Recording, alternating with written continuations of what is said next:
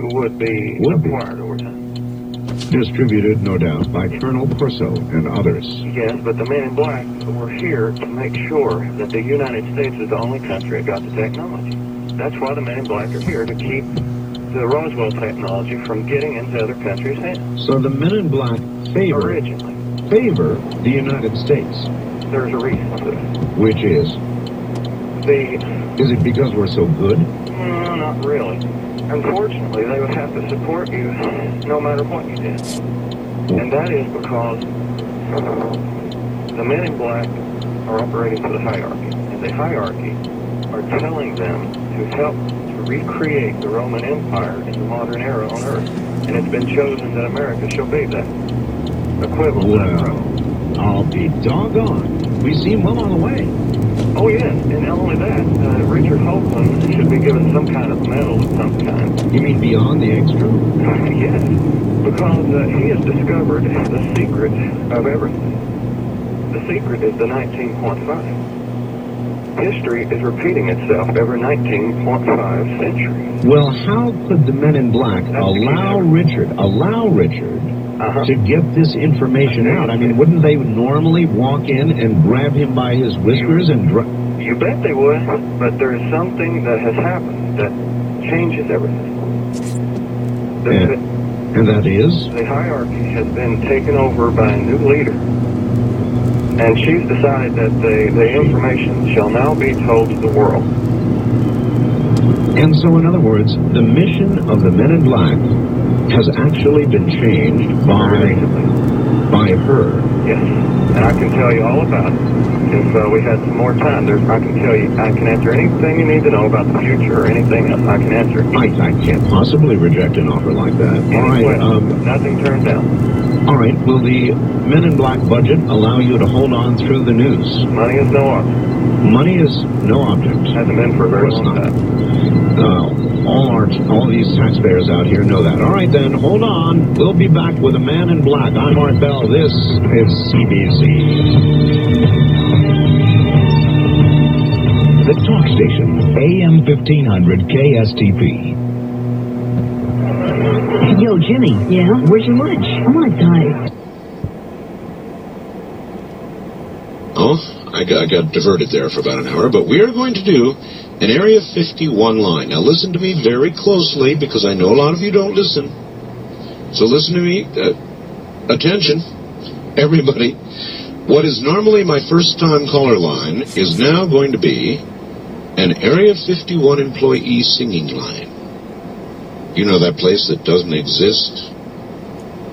I was telling somebody who happens to be in the studio with me right now, earlier tonight, that there is a VFW here in Pahrump, Nevada, and if you go up to that VFW about 4:30 in the morning, there will be a number of buses, unless, because I've talked about it, they've now changed it. I doubt it. I bet they're still there.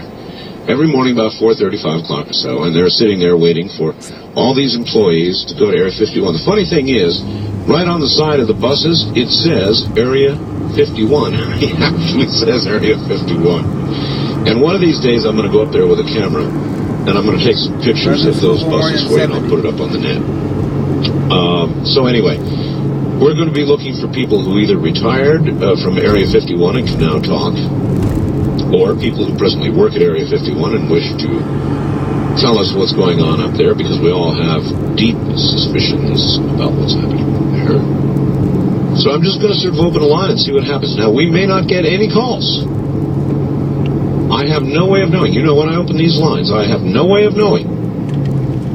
It is, however, ringing. Now, whether it's ringing from somebody who actually was at Area 51, or it's ringing because somebody isn't listening to me right now saying, don't call that line, I have no way of knowing, but we will find out shortly. Okay. Dare I venture forth to my Area 51 line? Sure I do. Let's see what we get.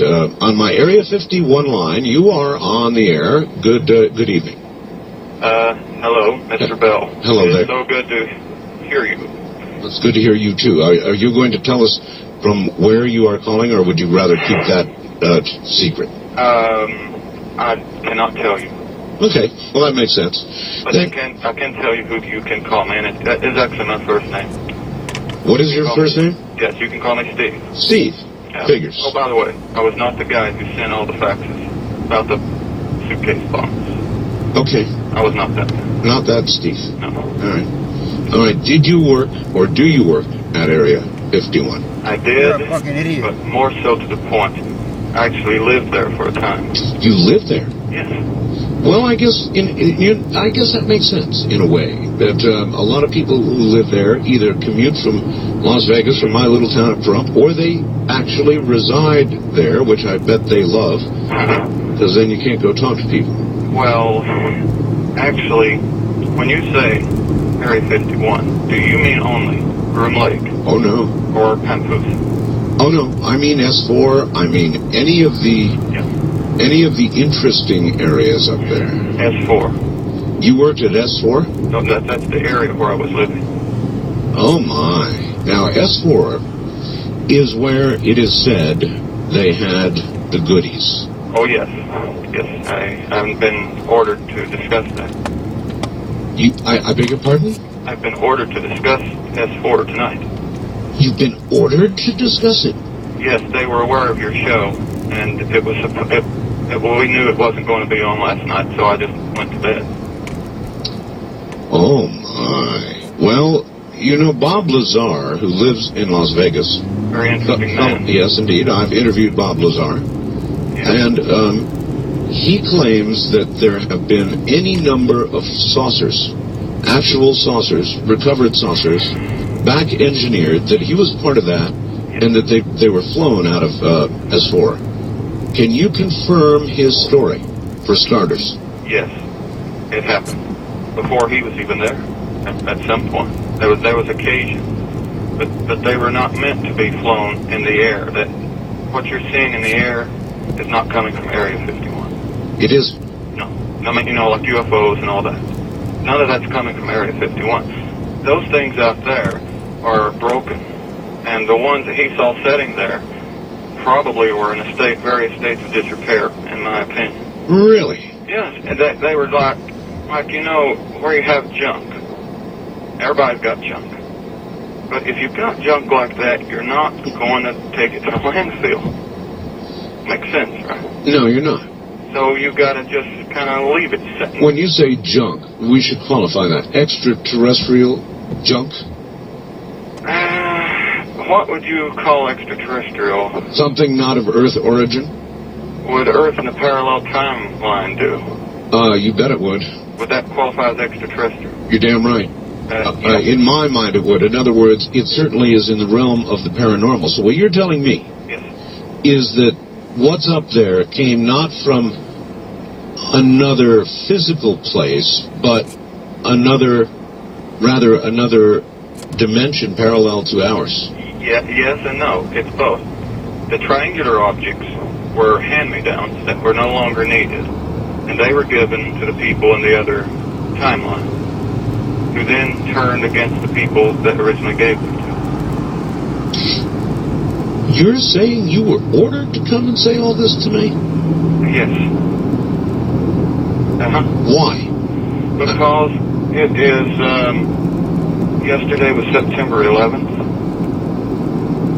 It is September 11th on your time. It is still now September 11th, my time, yes. It is the day that the Mars Surveyor enters the orbital phase of its mission. You're exactly right. They have fired the slowing rockets, and I understand they have done that successfully, they believe.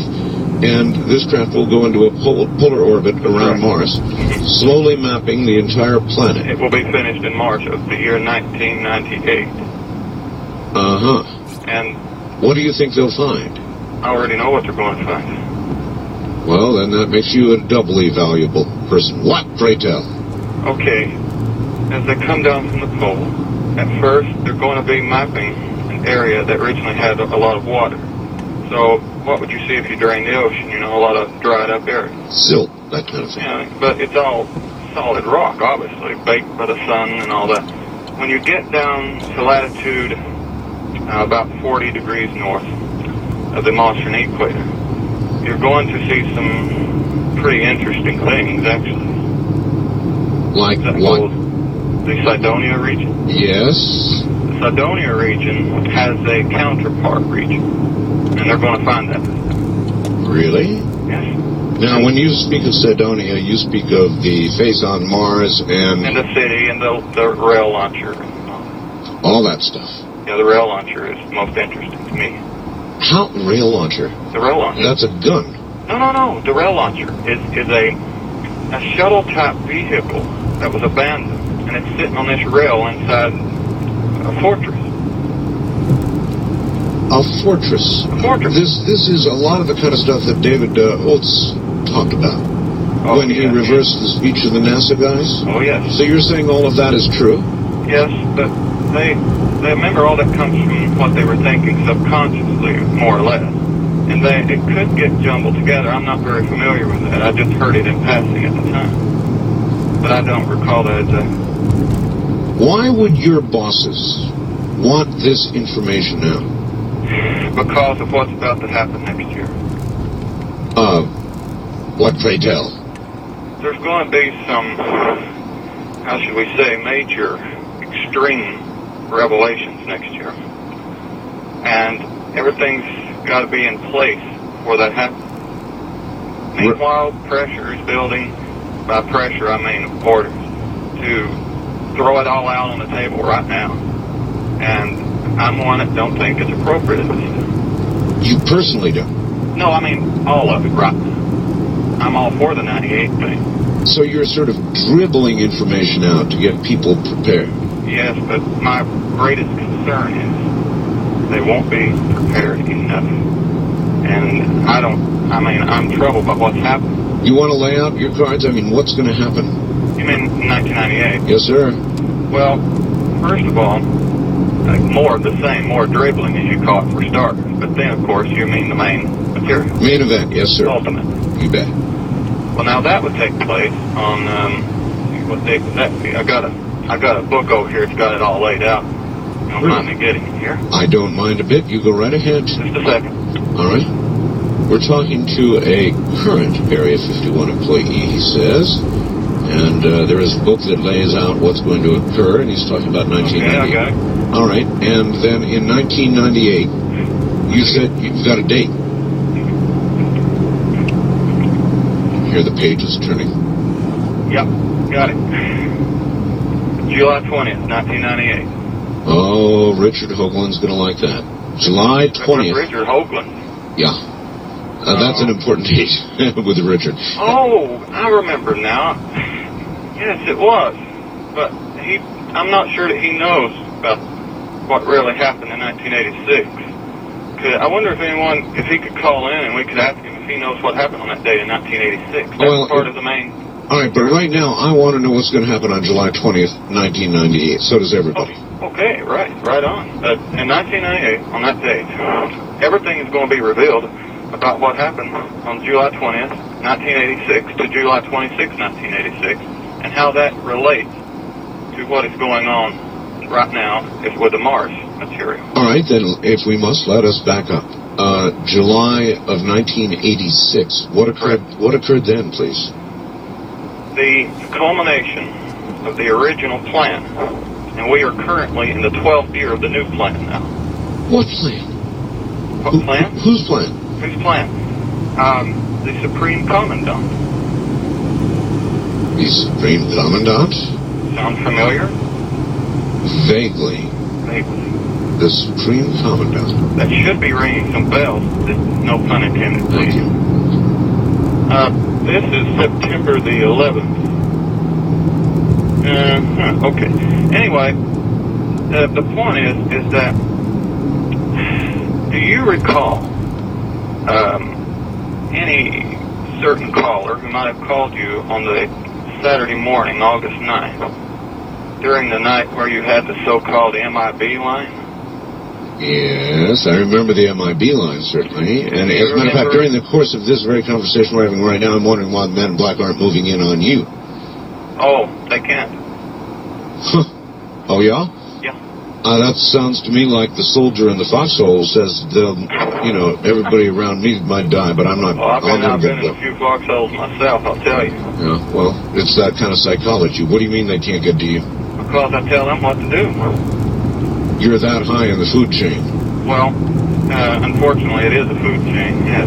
Unfortunately for me, I'll occasionally learn the hard way. Since I did call you on that morning. I don't know if you recall it. Listen, these beings, are they as we are, or are they different? Do they look to be extraterrestrial in origin, even though they're in Area 51 or in general, or both?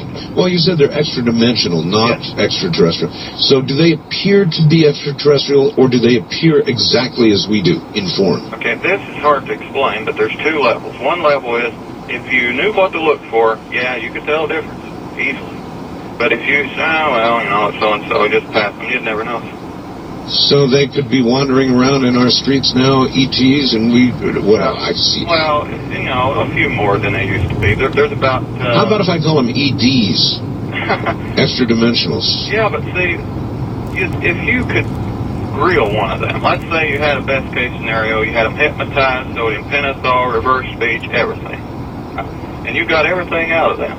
Yeah. You would never find out who was giving them the orders. It's not me, by the way. Because they're getting programmed from a planet in this timeline in space.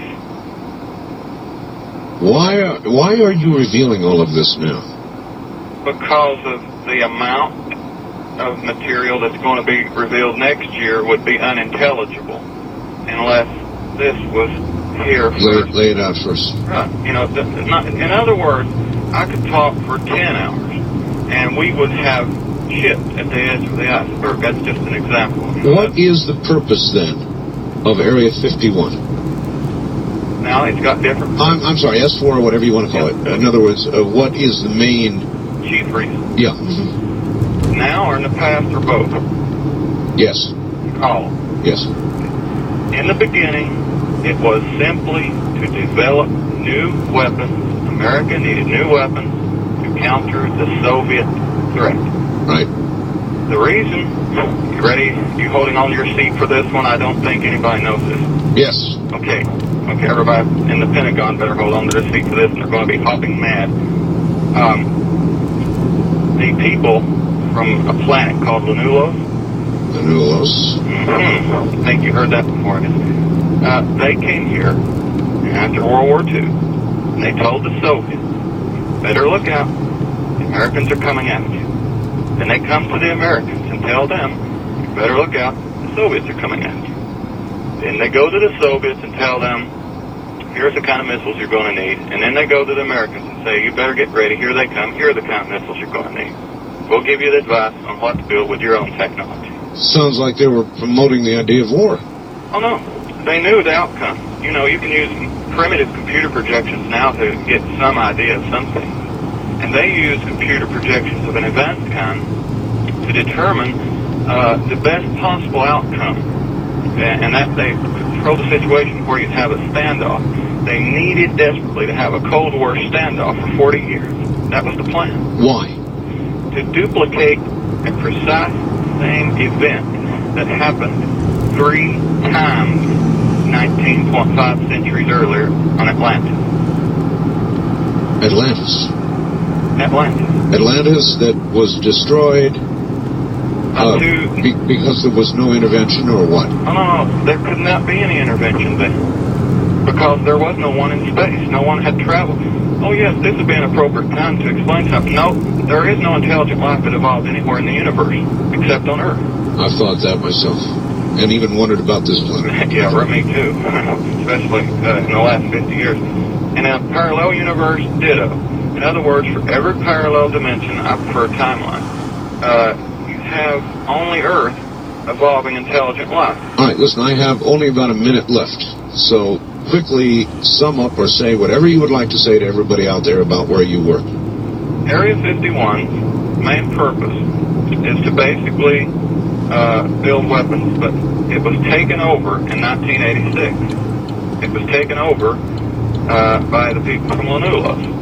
And when they took it over, that's when I came in there. I was put in there to supervise what was going on in that lower level. All right. Well, I have no way of knowing whether one word of what you have said is true, but you said it well. Well, Thank you very much. You're welcome. And you take care. There's our first Area 51 caller. The planet Linus or whatever it was. What do you think? They're in charge since 86. Reagan said a bunch of stuff about that. You remember? We're going to break here at the bottom of the hour, and we'll be right back from the high desert. This is Coast to Coast AM. I'm Art Bell. Time caller line, you're on the air. Hi. Hello. Greetings, Mr. Bell. This is Steve. Hi, Steve. Yes, I would like to help you out a little bit there. Well, thank you. You said you didn't know why you said discharge during that phone call? Well, I know the caller was talking about a medical discharge, but again, there was a gap there. Yeah, well, you know, I've been instructed not to say anything else about that for the time being. At any rate, I would like to respond to in advance of what Ed Dames is going to say tonight. In advance of what he's going to say? Yeah. I already know everything about it. All right, let's hear it. Well, I know that, in my opinion, there is much to be said about remote viewing. I know for a fact it is real. First of all, since I've established that remote viewing is real as far as I'm concerned, I would say that the most comprehensive way that it should be dealt with is by an expert. Well, I doubt if there's an expert on remote viewing better than Ed Dames. I would agree. But now, wait a minute. All right, fine. You believe in remote viewing, so do I. Sure. Most of the scientists that I've talked with, and I mean good mainstream scientists, agree remote viewing is real. Now, you and I agree on that. Yeah. You said you know what he's going to say. Tell us now. Well, if I do that, it could cause a paradox. Well, all right, then that's where the discussion ends, Steve. Because if you tell me that you know what he's going to say, and then I ask you to go ahead, this is a near-term event, Steve, one that you can finally convince us all with, and you pull the paradox thing on me. So, I'm not buying it, Steve. You could have really established some tremendous credibility there, Steve. All you had to do was drop on us a couple of the things that he was going to say. I mean, I've already given away the categories, at least some of them, that he's going to talk about. You really messed up your chance, Steve. A wildcard line, you're on the air. We'll start off with the caller who called in by the name of Steve. Yes. Then we'll go straight to your caller. I want to hear about Steve. Oh, I'm sure you do. I'm sure Steve's listening to this right now. He actually issued he said he wanted to come on the air with me, but he didn't shape up too well in reverse speech. So let us begin. Well, that makes sense. But I can tell you who you can call me, and it is actually my first name. Oh, okay. Here we go, the first reversal. And your voice is actually overlaid on this. All right. You can call me by my first name. Reversal is make it up. Now, whether that refers to the name or his story, we'll wait and see. Can you hear that with your voice? Yeah, make it up. Yeah. And then he moves right along. They were like, you know, where you have junk. Everybody's got junk. But if you've got junk like that, you're not going to take it to a landfill. And this reversal is I beef it up. I like beef it up. Hear that? I beef it up, yes. Yeah, I beef it up. You know, make it sound better than what it actually is. I beef it up. I'm exaggerating. I'm expanding on the story. I make it up. I beef it up. I am not surprised. No. And I've got 3 or 4 of them. I want to play them all just to leave people in suspense for the prime event. All right. This is an interesting reversal that came in right out of the blue. In one of your earlier programs, I think I mentioned that often in reverse we will hear reversals before something is discussed forward, and this is the unconscious mind leading the conscious, and so we'll play one of these now. S4. You worked at S4? No, that's the area where I was living. Oh, my. But interesting reversal, he simply says September. Yes, that's good. Yes, that's good. And again? Yes, that's good. Why is that so fascinating? Because very shortly afterwards, you spent quite some time talking forwards about it now being September, and I'll run you that forward section now. Yesterday was September 11th. It is September 11th on your time. It is still now September 11th, my time, yes. Notice you said it's September 3 times forward. Wow. Immediately after, not long after, he said it's September backwards. Let me play that reversal again. Yes, that's good. Yes, that's good. Okay? So a classic example of the unconscious leading the conscious. Yes. And then here's a reversal on you. It's a very quick one, just 2 words. Here's a forward. You're saying you were ordered to come and say all this tonight? Yes. So then you simply say, be honest. You understand? Okay? I hear that. Yeah, be honest. And that's, it just speaks for itself. They're going to do another reversal on you. David, are you sure you're not just being kind to me? I have yet to hear the first incongruent reversal on me. Honestly, I really didn't find them. I really did not find incongruent reversals on you. I'm not that good, David. Huh? I'm not that good. Well, also, I need to say I didn't find many reversals on you, period. I would do long sections of you without finding them, and I would get quite frustrated. I think you're in your radio mode, you're on the air. And, it's true. And, you're just not putting one out. Here's a long one on you. This is I hesitated about playing this one. It's a metaphor, but I want to play it anyway, because both you and Steve are talking about reverse speech, and you say something complimentary to me in this reversal, and then Steve comes in and says something a little bit nasty. This is a lot of the kind of stuff that David Oates talked about when he reversed the speech of the NASA guys. Oh, yes. So you're... And the reversal says, the sign of the sheep that serve you, we know. The sign of the sheep that serve you, we know. And again? The sign of the sheep that serve you, we know. You hear that? Oh, that's very clear, but yeah. I don't think I'm that metaphoric and deep, am I really? Well, we all are, and you're referring to reverse speech. Reverse speech actually describes itself as being the tool of the sheep, or the sign of the sheep. I bet you heard that reverse before, and the sheep referring to us, the human race. Oh, sure. So? Sure. Yeah, the sign of the sheep. That is what reverse speech is. It is how we are really communicating, really thinking, and it is our way eventually when mankind begins to embrace this technology that I think we are going to come back home to ourselves. And then, so here Steve continues. They remember all that comes from what they were thinking subconsciously, more or less. And it could get jumbled together. I'm not very familiar with that. I just heard it in passing at the time. Talk about reverse speech. And he says backwards, the rotten schmuck, and I'll remember here. And it's a future tense reversal on the rotten schmuck, because I'm exposing that he's not being completely kosher, and he will remember this radio interview, the rotten schmuck, and I'll remember here. I'll remember. Yes. Hear that? Yes. I'll remember. Yes. We'll do it once more. I'll remember. Yes. Okay. And Steve was on the phone for an awfully long time, so we did get a lot of reversals on him. We just want to do, well, actually, I'd like to do the remaining of them. They're really quite funny. Here is one. He's saying he tells the men in black what to do. And here it is. Tell you. Well, it's that kind of psychology. What do you mean they can't get to you? Because I tell them what to do. I tell them what to do, but backwards he says, they stole my life. Stole my life. Stole my life. Oh, stole my life. Stole my life. Stole my life. Yeah.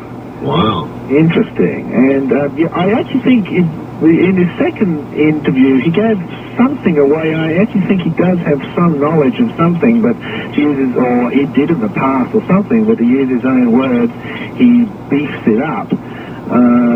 And this next one would cause some people to think too. Atlantis. Atlantis that was destroyed because there was no intervention, or what? Oh, no. There could not be any intervention then. And he says, find the script.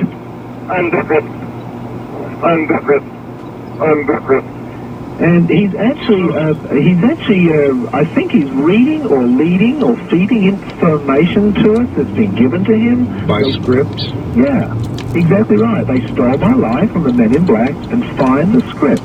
I'm beefing it up. Huh. Strange. And then this is the last reversal of him just as he signs off, and I had laughed myself silly when I found this Well, one. I have no way of knowing whether one word of what you have said is true, but you said it well. Well, thank you very much. Well, he says, well, thank you very much. Backwards he says, I'm arrogant. I'm arrogant. I'm arrogant. I'm arrogant. Oh, boy, is that clear. I'm sorry, Steve, if you think I'm a rotten schmuck, but you will remember this interview. To use your own reverse. Take that, Steve.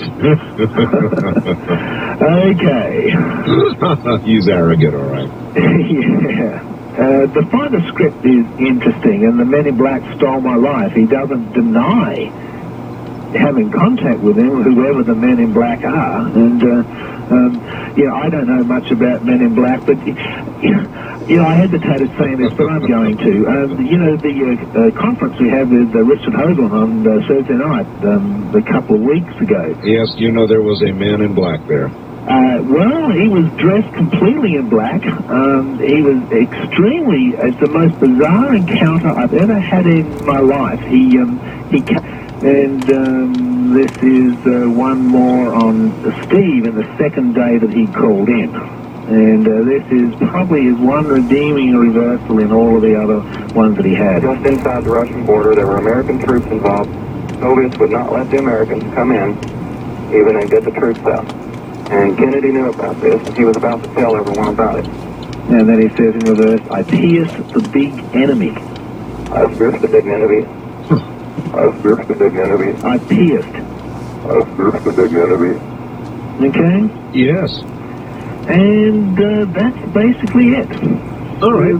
The clear reversals I found on the Area 51 reversals. So, I've got several more on Sermon, all the Simpson stuff.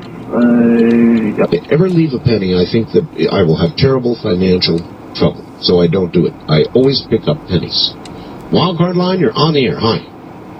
Yes. Good morning. Good morning, Mr. Bell. It's an honor to speak to you, and welcome back from your trip from Egypt. This is Steve. Hi, Steve. From the Area 51 line and the MIB line and all that. Oh, that's Steve. Yes. Got a new phone. How do you like it? A lot better than the old one? Oh, Steve, it is superb. Thank you. I've been ordered to return tonight and actually defend David John Oates. Really? Yeah, the earlier caller. And actually, I do agree. I would like to defend David Oates, but first I think I need to apologize for what I said in reverse about him being a rotten schmuck. So sorry, David. Well, that's right. People can't control what they say in reverse. I know that, but you and I were talking about the NASA PR men, and I was thinking about them. Yeah. So I think I was talking about them. That could be. And you know where there was the other reversal where I said I beef it up? Yeah. That was the security at Area 51 I was thinking about. Oh. And where I said I make it up at the beginning, I was talking about my name. I was going to use Richard Charles Hoagland's first two names and call myself Ricardo Carlos. Yes. But I couldn't get the Spanish accent right. So I see. And stole my life reversal. The Men in Black. Yes. I was thinking about the women in black. See, I tell the Men in Black what to do, but the women in black tell me what to do, and I was thinking about that. That's what I meant by stole my life.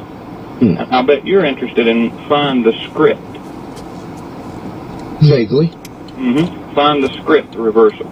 It was on the other side of the room, and I didn't have it with me. And he had one reversal, David did. It said, I'm arrogant. But I was actually thinking in my mind, it was near the end of the call, I was thinking, I'm going to have to be on the air again. And that's why that happened like that. And he said on another reversal that I pierced a big enemy. But that was actually me saying I fear it's the big enemy. And I also can tell you why you were knocked off the air that night.